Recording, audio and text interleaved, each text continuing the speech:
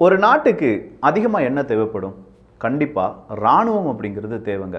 அந்த இராணுவத்தை கட்டமைப்பது மட்டும் இல்லாமல் அதில் எப்போ பார்த்தாலும் ஒரு ரிக்ரூட்மெண்ட் அப்படிங்கிறது நடந்துக்கிட்டே இருக்கணும். புதிய புதிய இராணுவ வீரர்கள் உள்ளே வரணும். பழைய இராணுவ வீரர்கள், இராணுவ ரகசியங்கள், இராணுவத்துக்கான ஸ்ட்ராட்டஜி, என்னென்ன விஷயங்கள் அவங்களுடைய எக்ஸ்பீரியன்ஸ் அப்படிங்கிறத ஷேர் பண்ணணும். இது எல்லாம் சரியாக இருந்தால் தான் அந்த நாட்டை பாதுகாக்க முடியும். அப்படி இல்லையா வேறு ஒன்றுமே வேண்டாம். உங்கள் வீட்டுக்கிட்ட நீங்கள் ஒரு 3 சென்ட் இடம் வாங்குறீங்க. வேலி எதுவுமே போடாமல் ஒரு 5 நாள் அப்படியே விட்டுட்டு வெளியூருக்கு போயிட்டு வந்து பாருங்களேன். ஒன்று குப்பை மேடாக மாற்றிருப்பாங்க, இல்லாட்டி அந்த இடத்தையே ஆட்டை போட்டிருப்பாங்க. ஒரு இடத்துக்கு 3 சென்ட் இடத்தையே இப்படி ஆக்கிரமிப்பு செய்கிறாங்களே, ஒரு நாட்டை இப்போ என்னெல்லாம் செய்வாங்க பல நாடுகள் சேர்ந்து. ஸோ நாடு பிடித்தல் அப்படிங்கிறது அன்றைய காலம் முதல் இன்றைய காலம் வரை அப்படியே தான் இருந்துக்கிட்டே இருக்குது. அப்போ இதுக்கு விதிவிலக்கெலாம் எதுவுமே இல்லை. அப்போ ரஷ்யா உக்ரைன் போர் அப்படிங்கிறதுல உக்ரைனுக்குள்ளே ரஷ்யா வந்துட்டாங்க அப்படின்னு சொல்கிறதும், இல்லை ரஷ்யாவுக்கு எதிராக நேட்டோ எக்ஸ்பான்ஷன் ஆகிட்டு இருக்கு அப்படிங்கிறதும் நம்மளால் பார்க்க முடியுது. அப்போ ரஷ்யா இப்போ என்ன செஞ்சிட்டு இருக்காங்க? பெரிய ஒரு தாக்குதல் உக்ரைனுக்கு நடத்துகிறாங்க. அதுலேயும் உக்ரைனுக்கு ஆதரவான நாடுகள் பலதும் இப்போ துண்டக்கானம் துணியக்கானம் ஓட ஆரம்பிச்சிருக்காங்க. குறிப்பாக ஜெர்மனி. அங்கே இருக்கக்கூடிய எலெக்ஷன் தலைகீழாக மாறிடுச்சு. ஸ்கோல்ஸ் அவர்களுக்கு பெரிய ஒரு அவமானம் வந்துட்டு இருக்கு. அதில் இன்டரிமா ஏதாவது ஒரு அரசாங்கத்தை அமைக்கலாமா அப்படிங்கிற ஒரு யோசனை இல்லைப்பா. அங்கே இருக்கக்கூடிய நிறுவனங்கள் திவால் ஆகிட்டு இருக்கு. ரஷ்யாவினுடைய இராணுவத்துக்காக புதிய ஒரு ட்ரெய்லரை ரிலீஸ் பண்ணியிருக்காங்க ரஷ்யா. கியூவில் இன்னைக்கு தாக்குதல் நடத்தியிருக்காங்க ரஷ்யா. இப்படின்னு சொல்கிற பல அப்டேட் தான் இந்த ஒரு பதிவு வழியாக பார்க்க போகிறோம். எல்லாத்தையும் பார்த்துடலாமா?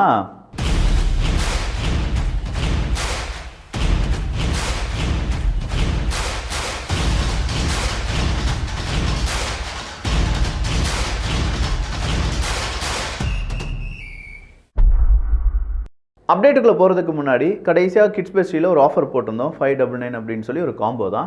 அது முடிஞ்சிருச்சு. கொஞ்சம் பேருக்கு தான் கிடச்சிருக்கு. ஏன்னா 90 பீஸ் தான் இருந்திருக்கு. அடுத்ததாக நம்ம அமேசான்லாம் நீங்கள் போய் பார்த்தீங்கன்னா க்ளோ இன் டார்க் பிளாங்கெட், கிட்ஸ்க்கான பிளாங்கெட் அப்படிங்கிறது இருக்கும். ஒரு 1200 இல்லாட்டி 1100 மினிமமாக ஒரு 900 வரை இருக்கும். நாம் 799 வித்துட்டு இருந்தோம். இப்போ புது ஸ்டாக் வந்திருக்கு. அது 599 தான். இதே மாதிரி இது நீங்கள் லைட்டை ஆஃப் பண்ணிட்டு பார்த்தீங்கன்னா செம்ம பிரைட்டாக அதில் இருக்கக்கூடிய ஸ்டார்ஸாக இருக்கட்டும், இல்லாட்டி யூனிகார்ன் டிசைன் இருக்குது. இப்படி நிறைய டிசைன் இருக்குது. ரேண்டமாக தான் நாங்கள் டிசைன் சென்ட் பண்ணுவோம். இது உங்களுக்கு வேணும், நைட் டைமில் அப்படியே லைட் ஆஃப் பண்ணிவிட்டு உங்கள் குழந்தைகளுக்கு கதெல்லாம் சொல்லிக் கொடுக்குறதுக்கு இது வேணும் அப்படின்னு நீங்கள் நினச்சிங்கன்னா kidsbestie.comல இப்போ 599 ஒரு 2 தினங்களுக்கு மறுபடியும் இதே ஆஃபர் போக போகுது. 100 பீஸ் தான் இருக்குது. வேணுங்கிறவங்க வாங்கிக்கோங்க. நீங்கள் கம்பேர் பண்ணிக்கோங்க, எங்கே வேணாலும் கம்பேர் பண்ணிக்க. இந்த ப்ரைஸுக்கு கிடைக்குதானே? தென் நிறைய பேர் இது ரேடியேஷன் இருக்கா அப்படின்னு கேட்குறாங்க. கிடையாது. இது லைட்டை அப்சர்வ் பண்ணி அதை க்ளோ பண்ணக்கூடிய பெயிண்ட் மட்டும்தான். ஸோ அந்த அளவுக்கு நீங்கள் பயப்பட வேண்டாம். அதை பற்றி ரிசர்ச் பண்ண பிறகு தான் இந்த ப்ராடக்டை ஏன் வீட்டு குழந்தைகளும் யூஸ் பண்ணிட்டு இருக்காங்க என்பது குறிப்பிடத்தக்கது. ரஷ்யாவினுடைய ட்ரெய்லர் எப்படி இருக்கும்? ஆல்ரெடி ரஷ்யா அவங்களுடைய இராணுவத்துக்கு ஆள் சேர்ப்பதற்கான ஒரு ட்ரெய்லரை ஒரு மாதத்துக்கு முன்னாடி வெளியில் விட்டுருந்தாங்க. அதில் எல்லா மதத்தினவர்களையும் வந்து சேருங்கள், நாம் எல்லாரும் சேர்ந்து என்ன செய்வோம், நம்ம நாட்டை பாதுகாப்போம் அப்படின்னு சொல்லி மத பிரச்சனையெல்லாம் ஓரம் தள்ளிட்டு நாட்டு பிரச்சனையை ஒன்றா வந்து சால்வ் பண்ணலாண்டா அப்படிங்கிற அந்த ஒரு மெத்தடுக்கு வந்திருந்தாங்க. அதுதான் அவங்களுடைய கோர் சப்ஜெக்டாக இருந்துச்சு. மறுபடியும் அதே மாதிரியான ஒரு ட்ரெய்லரை ரிலீஸ் பண்ணியிருக்காங்க ரஷ்யா. வாங்க ஒன்றிணைவோம், போராடுவோம். எதிரி நாட்டவர்கள் பல நாடுகள் கூட சேர்ந்து நம்மளை அழிக்க ட்ரை பண்ணிட்டு இருக்காங்க. நாம தனி நாடாக இருந்தாலும் நம்ம நாட்டை பாதுகாப்பதற்கு இங்கே இருக்கக்கூடிய நபர்கள் போதும், ஒன்றிணையுங்கள் அப்படின்னு சொல்கிற மாதிரி செம்மையான ஒரு ட்ரெய்லர். அந்த ட்ரெய்லரை இன்றைக்கி நம்ம வாட்ஸ்அப் சேனலில் நான் போட்டுறேன். வாட்ஸ்அப் சேனலில் நீங்கள் வரல, இன்னும் ஜாயின் பண்ணலன்னா ஜாயின் பண்ணிக்கோங்க. அதுக்கான லிங்க்கும் கீழே டிஸ்கிரிப்ஷனில் இருக்குது. ஸோ அந்த மாதிரியான ட்ரெய்லர்லாம் பார்க்கும்போது அதில் என்ன தெரியுமா கேப்ஷன் எழுதியிருக்கு? இந்த ட்ரெய்லரை பார்த்துட்டு நீங்களும் அர்ஜ் பண்ணாதீங்க, உடனடியாக நீங்கள் ரஷ்யாவினுடைய இராணுவத்தில் சேர வேண்டும் அப்படின்னு சொல்லி ரொம்ப பெரிய அளவில் ஏங்காதீங்க அப்படிங்கிற மாதிரிலாம் போட்டிருக்காங்க. சரி, ரஷ்யா அவங்களுடைய இராணுவத்துக்கு ஆட்சேர்த்து கொண்டு இருக்கிறார்கள். அது எல்லாருக்கும் தெரிஞ்சது தான். ஏன்னா இந்த வருட இறுதிக்குள் உக்ரைனுடைய இந்த யுத்தத்தை முடிக்க வேண்டும். மிகப்பெரிய அளவில் ரஷ்யாவினுடைய படை அப்படிங்கிறது உக்ரைனை ஆக்கிரமிப்பு செய்து அங்கே இருக்கக்கூடிய அவங்களுக்கு என்னென்ன தேவை, அரசியல் மாற்றமா, ஜெலன்ஸ்கி அவர்களை மாற்ற வேண்டுமா? ஏன் அப்படின்னா இந்த பிரசிடென்ட் எலெக்ஷன் இருக்குது பார்த்தீங்களா, பிரசிடென்ட் எலெக்ஷன் தான் டெட்லைன்.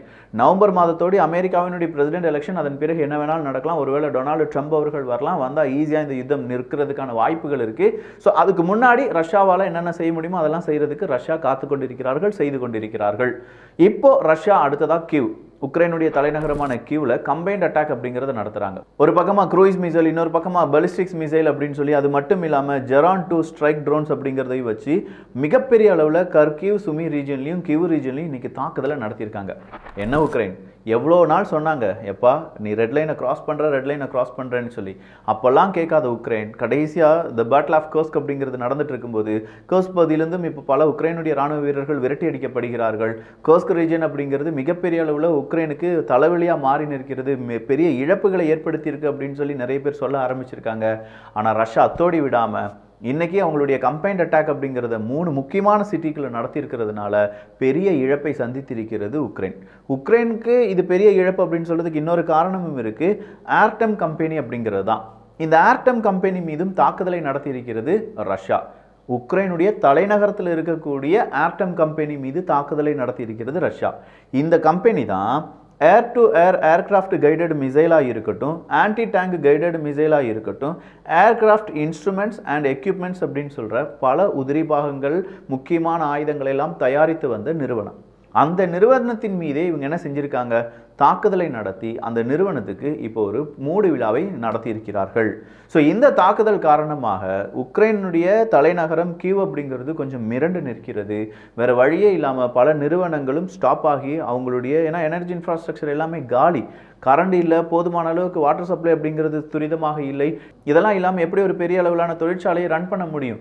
இது எல்லாமே உக்ரைன் கொஞ்சம் யோசிச்சிருக்க வேண்டும். சரி, இந்த இடத்துல தான் இப்படி அப்படின்னு சொல்லி பார்க்க போனால் உக்ரைனுக்கு பெரிய ஹெல்ப் செய்கிற நாடுகளில் 2 நாடுகள் முக்கியமான நாடுகள். ஒன்று போலந்து, இன்னொன்று ஜெர்மனி. போலந்து என்ன சொன்னாங்க, எப்பா நீ தான் வந்து எப்படியாவது எல்லாருக்கும் உதவணும், நான் உனக்கு ஹெல்ப் பண்ணுறேன், என் நாட்டினுடைய வழியாக உனக்கு தேவையான என்ன செய்யலாம், ஆயுதங்கள் எல்லாம் கொண்டு வரலாம் அப்படின்னு சொல்லி அவங்களுடைய பார்டரை உக்ரைனுக்கு தேவையான ஆயுதங்களை கொண்டு வருவதற்காக திறந்து விட்ட முதல் நாடு போலந்து தான். அப்படிப்பட்ட உக்ரைன் அங்கே இருக்கக்கூடிய விவசாய விளைபொருட்களை வாங்கி அவங்களுடைய நாட்டு வழியாக வேறு சில நாடுகளுக்கு ஏற்றுமதி செஞ்சாங்க. இதனால் போலந்தினுடைய விவசாயிகள் கடுமையாக பாதிக்கப்பட்டார்கள். உடனடியாக சொன்னாங்க, நீ அப்படிலாம் செய்யாதப்பான்னு சொல்லி அங்கே இருக்கக்கூடிய விவசாயிகள், போலந்தில் இருக்கக்கூடிய விவசாயிகள் போலந்து அரசாங்கத்துக்கு எதிராக அவங்களுடைய ஆர்ப்பாட்டத்தை நடத்தினாங்க. அதுலேருந்து போலந்து கொஞ்சமாக பின்வாங்கினார்கள்.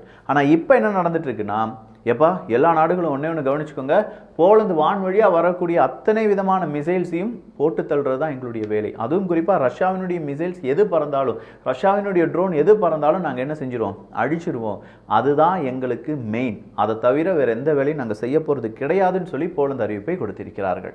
ஸோ போலந்து இப்படி ரஷ்யாவுக்கு எதிராக நாங்கள் இதை தான் செய்ய போகிறோம் அப்படின்னு சொல்லி அஃபிஷியலாக ஒரு அறிவிப்பை கொடுக்கும்போது சப்மரைன் அப்படிங்கிறது இல்லாமையே ஜெர்மனி இருந்துடுமோ அப்படிங்கிற ஒரு பயம் இப்போது ஜெர்மனிக்கு வந்திருக்கு. ஜெர்மனியில் இப்போ லோக்கல் பாடி எலெக்ஷன்லேருந்து எல்லா எலெக்ஷன்லையும் பெரிய அளவில் ஒரு மாற்றம், ஸ்கோல்ஸ் அவர்களுக்கு எதிரான ஒரு மாற்றம் உருவாகி வருகிறது. சொல்லப்போனால் நார்த் ஸ்ட்ரீம் வேறு சரியாக அதனுடைய ரெவன்யூ தரல, நார்த் ஸ்ட்ரீம் 2ல வேறு இன்வெஸ்ட்மெண்ட் பண்ணியிருக்காங்க. பட் ரஷ்யாவுக்கு எதிராக பெரிய அளவில் தாக்குதலுக்கு தேவையான அனைத்து விதமான ஆயுதங்களையும் ஜெர்மனி கொடுப்பதாக சத்தியம் செஞ்சு கொடுத்துருக்காங்க. ஸோ ஜெர்மனியுடைய நிலைமை, அங்கே இருக்கக்கூடிய எக்கனாமி எப்படி இருக்குது அப்படின்னு கேட்டால் யார்கிட்ட வேணாலும் கேளுங்க, ஜெர்மனி தான் பிராண்டினுடைய செமித்தேரி அப்படின்னு சொல்லுவாங்க. ஏதாவது ஒரு பிராண்டு ஜெர்மனியில் போய் தொடங்கிட்டாங்கன்னா உடனடியாக அந்த பிராண்டு கொலாப்ஸ் ஆயிரும் அப்படின்னு சொல்கிற ஒரு நம்பிக்கை புதிதாக உருவாகி வருகிறது. ஸோ ஜெர்மனி அதிகமாக அடுத்த நாட்டு யுத்தத்துக்கு அவங்களுடைய ஆதரவை தெரிவிக்கும் போது அவங்களுடைய நட்பு நாடு அவங்களுடைய எதிர்கால ப்ராஜெக்ட் அப்படிங்கிறதுலேருந்து ரொம்ப பெரிய அளவில் விலகி வந்துட்டாங்க. நார்த் ஸ்ட்ரீம் 2 அப்படின்னு சொல்கிறதுல ரஷ்யாவும் ஜெர்மனியும் பல பில்லியன் அமெரிக்க டாலரை இன்வெஸ்ட்மெண்ட் பண்ணியிருக்காங்க. அப்படி இன்வெஸ்ட்மெண்ட் பண்ணது இல்லாமல் மிகப்பெரிய அளவில் ரஷ்யா நண்பராக இருந்த ஜெர்மனி இப்போது ஒட்டுமொத்தமாக 2 நாடுகளும் எதிரிகளாக மாறி நிற்கக்கூடிய இந்த தருணத்தில் திடீர்னு அங்கே இருக்கக்கூடிய சில நிறுவனங்கள் திவாலாக மாறுகிறது. அதில் ரொம்ப முக்கியம், எப்படி உக்ரைனில் இந்த ஆர்டம் அப்படிங்கிற ஒரு கம்பெனிக்கு எதிராக ரஷ்யா தாக்குதல் நடத்தினாங்களோ, தானாகவே ஜெர்மனியில் அழிந்த நிறுவனம் எது அப்படின்னு கேட்டிங்கன்னா திசன்கிரப் அப்படிங்கிற ஒரு நிறுவனம் தான். இந்த திசன்கிரப் அப்படிங்கிற இந்த நிறுவனம் தான் இந்த ஜெர்மனிக்கு தேவையான முக்கியமான இராணுவ தளவாடங்கள், சப்மரைன்ஸ், அதனுடைய ரிசர்ச் அண்ட் டெவலப்மெண்ட்லாம் செய்து கொண்டிருந்த நிறுவனம். அப்போ இந்த திசன்கிரப் அப்படிங்கிற நிறுவனத்துக்கு ஆல்ரெடி நிறைய ஃபண்ட் ஷார்ட்டேஜ் இருக்குது, நிறைய விதமான ஒர்க் எதுவுமே சரியாக நடக்கலை. அது இல்லாமல் திடீர்னு ஒரு தீ விபத்து ஏற்படுகிறது. அந்த தீ விபத்தை அணைப்பதற்கு 30 தினங்கள் எடுக்கிறது. இது எல்லாத்தையும் கூட்டி கழிச்சு பார்க்கும்போது திசன்கிரப் அப்படிங்கிற இந்த நிறுவனத்துக்கு மூடு விழா ஏற்படுவதற்கான வாய்ப்புகள் இருக்குது. இந்த நிறுவனத்துக்கு மட்டும் மூடு விழாவை கொண்டு வந்துட்டாங்கன்னு வச்சுக்கோங்களேன், ஜெர்மனியுடைய முக்கியமான ஒரு நிறுவனம் மூடப்பட்டு விட்டு அவங்களுடைய எக்கனாமி அதில் பாதாளத்தில் இருக்குது அப்படிங்கிறத நம்மளால் உணர்ந்து கொள்ள முடியும். ஸோ திசன்கிரப் அப்படிங்கிற இந்த நிறுவனத்தை பற்றி இன்னும் கொஞ்சம் கூகுள் அதிகமாக தேடி பார்த்தீங்கன்னா உங்களுக்கே ஷாக்கிங்கான சில இன்ஃபர்மேஷன் கிடைப்பதற்கான வாய்ப்புகள் இருக்கின்றன. ஸோ நிறைய அப்டேட் பார்த்துருக்கோம். இதே மாதிரி இன்னும் சில அப்டேட்ஸுக்கு நீங்கள் செய்ய வேண்டியது வியூகம் அப்படிங்கிற நம்ம சேனலை சப்ஸ்கிரைப் பண்ணிக்கோங்க. நான் முதலே சொன்ன மாதிரி இந்த க்ளோ இன் டார்க் பிளாங்கெட் நம்ம குழந்தைகளுக்கு கொடுக்கக்கூடிய ரொம்ப சாஃப்டாக, ரொம்ப சூப்பர்பாக, அந்த குழந்தைகளுக்கான அந்த சைஸில் மட்டுமே இருக்கக்கூடிய இந்த பிளாங்கெட் நைட் டைமில் அவங்களுக்கு வேறொரு வேர்ல்டை உருவாக்கி கொடுக்கும். அந்த பிளாங்கெட் வேணும்னா kidsbestie.comல இப்போ 599 ரூபா. கம்பேர் பண்ணுங்கள், ஃப்ளிப்கார்ட், அமேசான், எந்த வெப்சைட்டாக வேணாலும் கம்பேர் பண்ணுங்கள். இந்த விலைக்கு கிடைக்க வாய்ப்பே கிடையாது. வேணுங்கிறவங்க kidsbestie.com யூஸ் பண்ணிக்கோங்க. நல்லதை பகிர்ந்து நல்ல சமுதாயத்தை உருவாக்கும். நன்றி, வணக்கம்.